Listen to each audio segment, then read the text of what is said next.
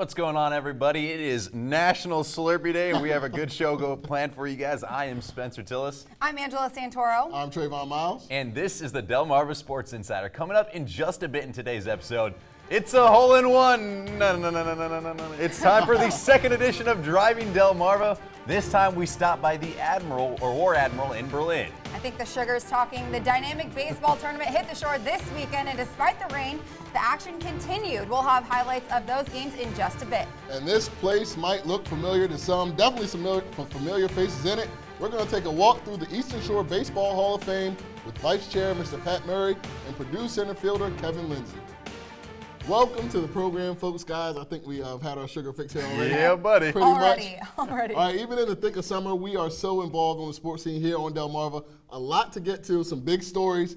But the biggest story this weekend, obviously, guys, was the dynamic baseball tournament being held here in Salisbury. The Mid-Atlantic Red Sox, sweet jerseys, bro. Somebody's pops on that team has a little bit of money, Spencer. Trevor Collins' throw is also on the money there. Gets the runner out stealing, trying to steal second base. Red Sox playing some defense as well. They're going to go 6-4-3. Zach Giloff to Colin Green. The middle infielders getting the job done. Sox getting offensive now. Bryce Greenlee is going to soar one out to right center field. Nice track down and catch, but Javon Fields would come on down. They take a 1-0 lead. Then baby Barry Bonds, that's right, Trey Toppin rips one to the warning track in Purdue Stadium. Giloff and Green score back-to-back games with an RBI for the Sussex Central Knight. Trey Fisher would hold things down on the mound from there. Complete game shutout from the kid from Oak Hill, Virginia. Mid-Atlantic wins it 3-0. They play on. And they got rained out today, but the Black Sox were taking on the Crusaders yesterday. Crusaders already up there in the fifth, and they pull off the suicide squeeze. Nick Rivera laying down the bunt right there. The Black Sox now looking for an answer. Going to start a little bit of a rally. Sam Barnes gets that one back up the middle. They would work runners on first and second, but Jimmy Rich comes up with a huge strikeout right there to end the threat. Black Sox now helping keep this thing close with a few good defensive gems of their own. Trent Saunders makes the play there at second to get the force out at first. On to the seventh we go, but the Crusaders would go ahead and put this thing away. John Hipsman, an awesome last name, gets the score off an RBI shot into left. The Black Sox go on to drop that one 4-1 the final there. And in the 1700 division, the East Coast Titans took on TCP Mardella's Cole Lambros with a line drive back at the mound. Zach Thompson gets his glove on it, literally. Makes the play at second to get the out there, but Lambros gets revenge on it. Look at this diving stop at second to get the out. Can't make the connect for the double play ball, but nonetheless, a nice grab there for that athlete. But a couple batters later, runners in scoring position for TCP, and this time it's Bennett's Cade Russo. He collects the grounder and waves off the pitcher like, I got this, guys, don't worry, to end the inning. Next inning here, Caleb Taylor with the infield hit, and this poor third baseman had a tough night. Taylor's safe at first, and Cambridge's Michael Richardson scores to extend the lead, and the Titans would hold on for the shutout win, 4-0 the final. They've looked tough so far. And Purdue was taking on TriCounty last night in the Eastern Shore Baseball League. Spencer Madison, the strongest first name in the league, comes up with a strikeout right there for Purdue. TriCounty eventually found their groove at the plate. Taylor Anderson sends a shot down the third base line. That's going to score Corey Wiley.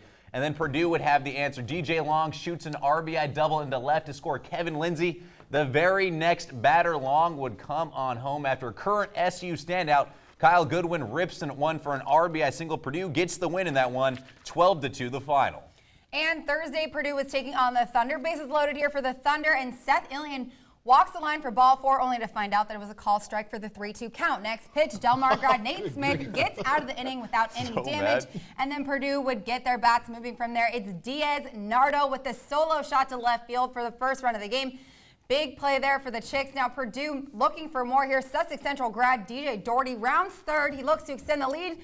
But Miles Illian, a huge throw firing from center field, and that's a call out at home. Purdue, though, was making some plays, too. Here's a 1-4-3 double play saying I love you to each other as Purdue remains in the top spot of the Eastern Shore Baseball League, and they take this one 11-6 the final. They've been real good this season. Guys, very good. Calm down, all right? This is not Delmarva Baseball Insider, guys. This is Delmarva Sports Insider. What would be like not giving you some other score updates and some other sports, guys? Calm down. You're right. Taking place across Delmarva. Week 5 of the Maryland Supreme Summer League in Snow Hill. The home team, Snow Hill, gets the 40-24 win over the Short Shots. Also lost to the Knights 47-31. Positive Image with a close 5-point win over the Eastern Shore Virginia Heat. And Maryland Supreme beats Distinct Design, the host team. They beat them by 16. Get this, the Supreme played 3 quarters with 2 players, 3 and 4 players on the court at the same time, at one time, and still beat this team with 5. That ain't bad. That's pretty impressive, Not at actually. all. Well, nice job with giving us the details there. And let's take a look at some of the standings. We have in first place Positive Image holding the top spot, undefeated at 7-0. Maryland Supreme with only 1 loss, sitting in second with a 5-1 record. Then Distinct Designs, 3-2 record, has them sitting in third. And in fourth, the Knights have a 2-3 record. In fifth place, Snow Hill with 2-4. Sixth place, the ESVA Heat has a 1-win record with a 1-4 overall record there. And last but not least, the Short Shots still scrambling to get their first win of the summer. Sure Shots need to hit some shots right there is basically where they're at right now. I like that. I like that. All right, well, it's time for our first commercial break, but coming up next, we are going to take a closer look at the history of the Eastern Shore Baseball League with a couple of guys that know it probably better than most. Don't go anywhere. That's coming up next. I'm Zach Goodrich, and I play for Kent Island High School lacrosse, and this is Delmarva Sports Insider.